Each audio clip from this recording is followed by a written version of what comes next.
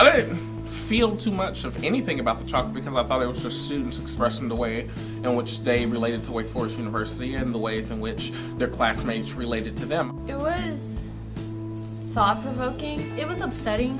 Like at first I was like, these are strong opinions, like saying that Wake lies to you and that, you know, we are not Wake. It makes me scared because I would hate if valuable students who have the academic rigor and want to go to an institution like Wake Forest are deterred because they think they won't feel safe here. I think it's very sad that some students here at Wake feel that way, and I wish that there was some way that the student population would feel more welcoming in this type of environment. As a freshman at Wake, I haven't been here long enough to understand completely everything that's been going on.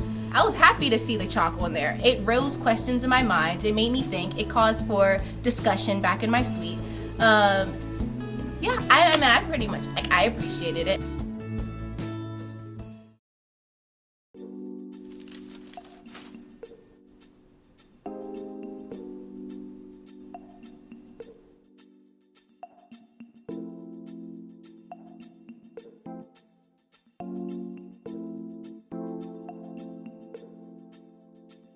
Wow.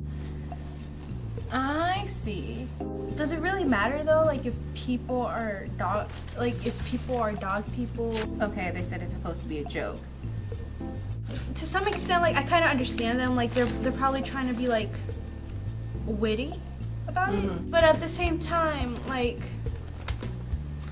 are those really statistics like students need? Wake isn't as diverse enough to say that, you know, what is it? Focus on the fact that we are racially diverse. You can't do that because the numbers are so low. So I guess the next alternative is to find other ways that we are a diverse campus by having different shoe sizes. 25 different shoe sizes? I thought there were only like 14. Yeah, I have no idea why they felt the need to include shoe size, and I don't know where they got that from.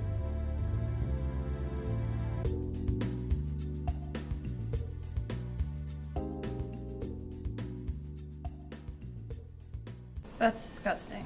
Absolutely ridiculous. Having 51 upvotes for lighting people on fire, that's really scary. That's not solving the issue. These people are feeling a certain way, and instead of just like attacking them, why not come together and try to figure out how to solve it? I'm not going to say that Yik Yak is entirely the problem. It's people's free speech.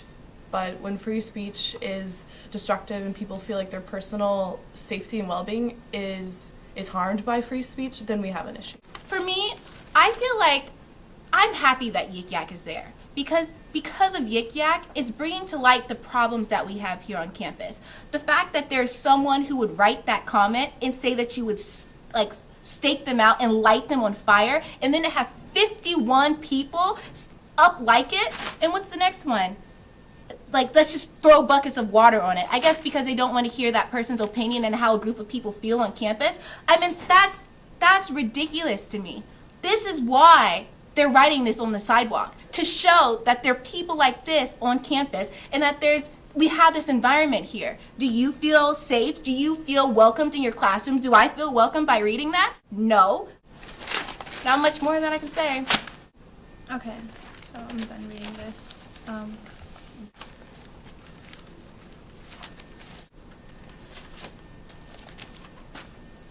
Wow.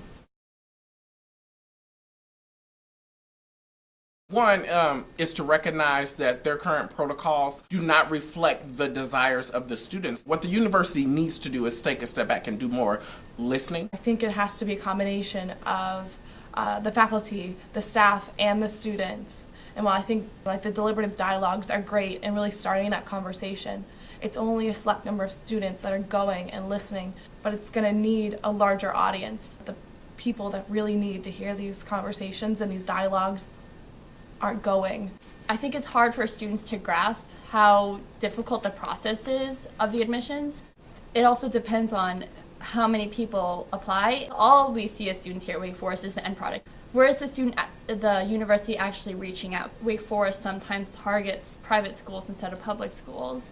So while I understand that the admissions department does have a budget. I think that would be a type of thing where it'd be important for the admissions department to show to us students that they're trying to reach out to other different types of races and also socioeconomic conditions. Unlike some of the Yik Yak posts, I do not think that the Chalkings were a cry for help, but rather a demonstration of what it's like to be on campus every day. I found it a little bit ironic that that was one of the only days in our Wake Forest history where the majority of students were upset instead of those who are upset every single day. I think that students feel really unheard, and by this loud proclamation of what is diversity, and to have first on that list is not race or culture or even where they're from in the United States, is kind of insulting. People need to be more willing to discuss this type of issue with their friends and peers because they would be more comfortable sharing them in a smaller setting. I think the main problem lies with the student body themselves. It's the people that are here. It's not so much the faculty. As a whole, it's the student body. They rolled the chalk out like on a day that, you know, we had a lot of tours going on, and it was very upsetting for it to have happened that particular day. But at the same time, if it's the only way to catch the university's attention, then, well, it worked.